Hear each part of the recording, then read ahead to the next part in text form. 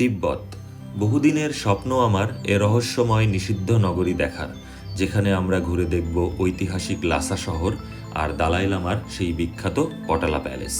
আমাদের দুচোখ জুড়াবে স্বর্গীয় ইয়ামদ্রুপ লেকের নীল জলরাশি, যা ওই দূর দিগন্তে মিতালি পেতেছে শুভ্র সাদা মেঘেদের সাথে।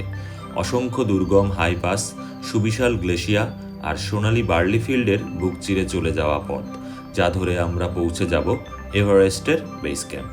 প্রকৃতি আর ইতিহাসের এক অপার্থিব মেলবন্ধনে সাজানো এই যাত্রা। চলুন তবে শুরু করা যাক এই যাত্রার প্রথম পর্ব লাসা থেকে। ঢাকা থেকে রওনা দিয়ে আমরা চলেছি চীনের চির বসন্তের শহর কুনমিংয়ের উদ্দেশ্যে। সেখানে পৌঁছে রাতটুকু হোটেলে থেকে কাল সকালের প্রথম ফ্লাইট ধরেই আমরা আবার রওনা দিব তিব্বতের রাজধানী লাসার উদ্দেশ্যে।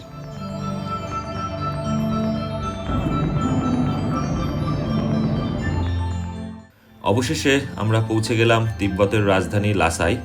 আপনারা দেখছেন লাসা গঙ্গার এয়ারপোর্ট।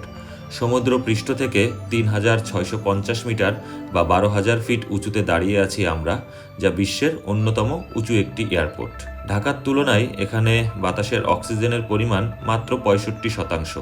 তিব্বতের এই মালভূমিতে টিকে থাকার একটাই নিয়ম, আর তা হলো অ্যাক্লিমাটাইজেশন।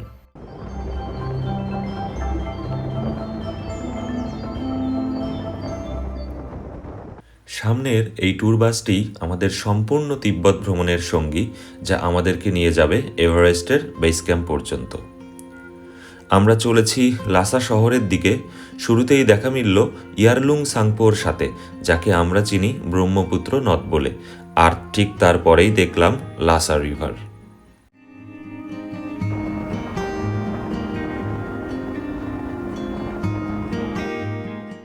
লাসাতে হোটেল যাওয়ার পথেই আমরা থেমেছি অতীশ দীপঙ্কর মনাশ্রীতে। অতীশ দীপঙ্কর কিন্তু একজন বাঙালি স্কলার ছিলেন, যিনি ১১শ শতাব্দীর দিকে এই তিব্বতে আসেন এবং বুদ্ধিজমকে ধর্মে রিফর্ম করার পেছনে তার কিন্তু একটা ভালো ভূমিকা রয়েছে।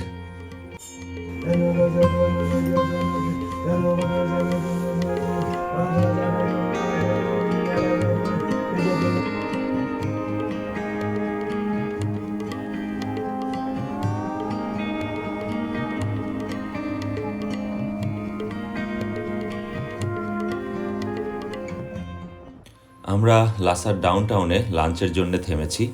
এখানকার ফুটপাতগুলা যে কতটা সুন্দর আর পরিচ্ছন্ন তা সত্যিই অবাক করে। আর পাশ দিয়েই বয়ে চলেছে লাসা রিভার, যা এই জায়গাটাকে আরও বেশি আকর্ষণীয় করে তুলেছে। আমরা অবশেষে পৌঁছে গেছি লাসার হোটেলে। হোটেলটির নাম হচ্ছে শিংডিং, আর এটা হচ্ছে আমাদের রুম। এখানকার উচ্চতা বেশি হওয়ায় অক্সিজেনের যে স্বল্পতা রয়েছে, সেই স্বল্পতা কাটানোর জন্যই প্রতিটা রুমে দেওয়া রয়েছে একটি করে অক্সিজেন জেনারেটর। আর সব থেকে রোমাঞ্চকর ব্যাপার হলো, এই রুমের জানালা দিয়েই জীবনে প্রথমবারের মতো আমার দেখা মিলল সেই বিখ্যাত পটালা প্যালেস। সত্যিই আমার কাছে এ যেন এক স্বপ্ন পূরণ হওয়ার মুহূর্ত।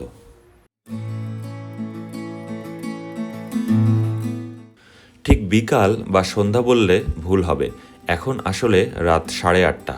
ভাবা যায় লাসাতে সূর্যাস্ত হয় রাত 9:30টায়। আমরা ডিনার সেরে একটু হাঁটতে বেরিয়েছি হোটেলের আশেপাশে।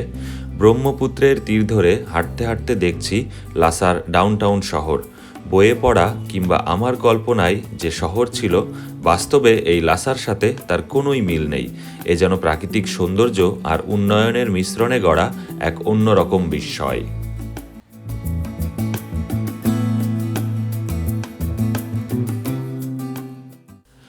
শুভ সকাল তিব্বতের পবিত্র শহর লাসা থেকে। আমাদের আজকের যাত্রা শুরু হচ্ছে লাসার ওল্ড টাউন থেকে। ওল্ড টাউনে আমাদের প্রথম গন্তব্য ঐতিহাসিক জোখাং টেম্পল। আমি এখন দাঁড়িয়ে আছি বারখর স্কোয়ারে, যার ঠিক সামনেই এই মন্দিরটি সগৌরবে দাঁড়িয়ে আছে।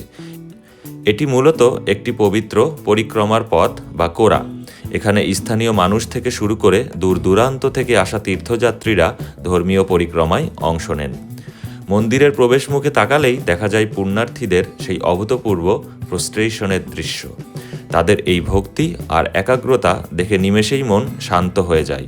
এখানকার বাতাসের প্রতিটি ধূলিকণায় যেন আধ্যাত্মিকতা মিশে রয়েছে।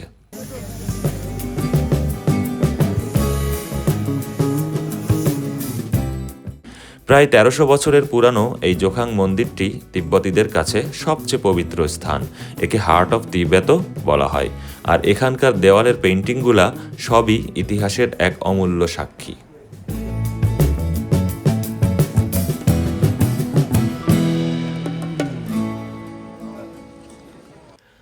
জোখাং টেম্পল ভ্রমণ শেষে এবার আমরা চলেছি লাসার মুসলিম স্কয়ারের দিকে, যেখানে রয়েছে লাসার একমাত্র মসজিদ।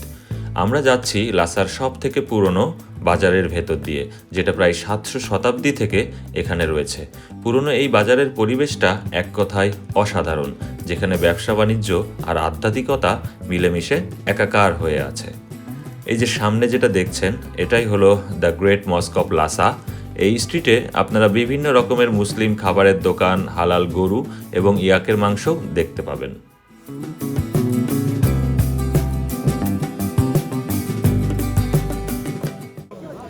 তিব্বতের রাস্তায় দেখা এই রহস্যময় জিনিসটির নাম হচ্ছে ইয়ারসা গুম্বা, যা এক ধরনের ক্যাটারপিলার, যার অর্ধেক পোকা আর অর্ধেক উদ্ভিদ।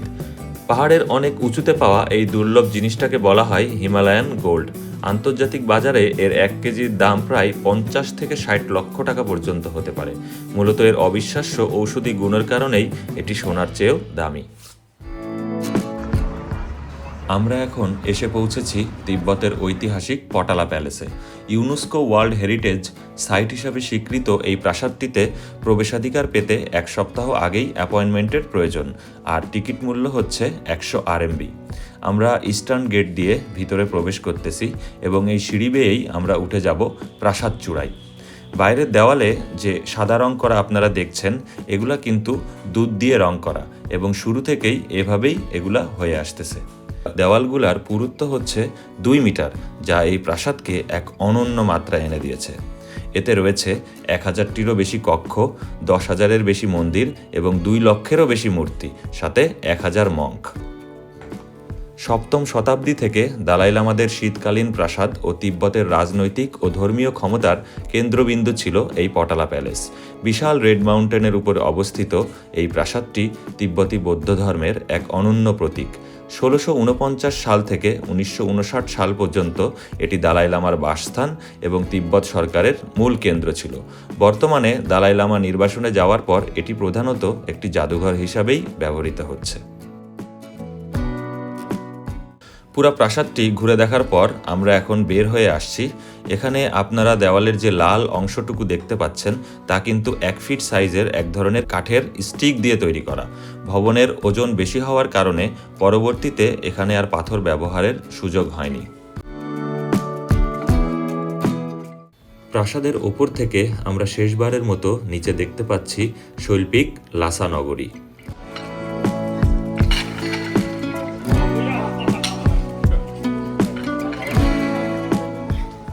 নিচে এসে একটি স্থানীয় নেপালি রেস্টুরেন্টে ইয়াকের মাংস দিয়ে পেট পুজো করার পর আমরা আবার পটালা প্যালেসের সামনের স্কয়ারে ফিরে চলেছি। এখান থেকে আমরা গোধূলি বেলায় পটালা প্যালেসের সৌন্দর্য উপভোগ করব এবং রাতের বেলা এখানে আয়োজিত ওয়াটার এবং লাইট শোটি দেখব।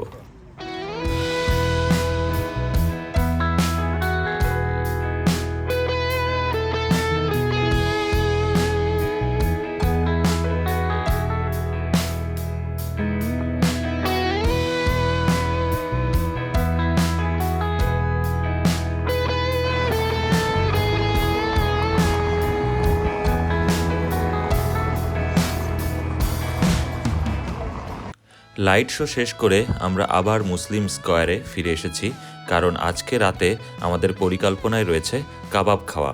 স্ট্রিট ফুডের জন্যে এই মুসলিম স্কয়ার এলাকাটি বেশ বিখ্যাত। আপনারা দেখতে পাচ্ছেন এখানে অসংখ্য স্ট্রিট ফুডের দোকান রয়েছে এবং স্থানীয়রা তাদের পছন্দের স্ট্রিট ফুড উপভোগ করছেন। চলেন জায়গাটা ঘুরে দেখা যাক।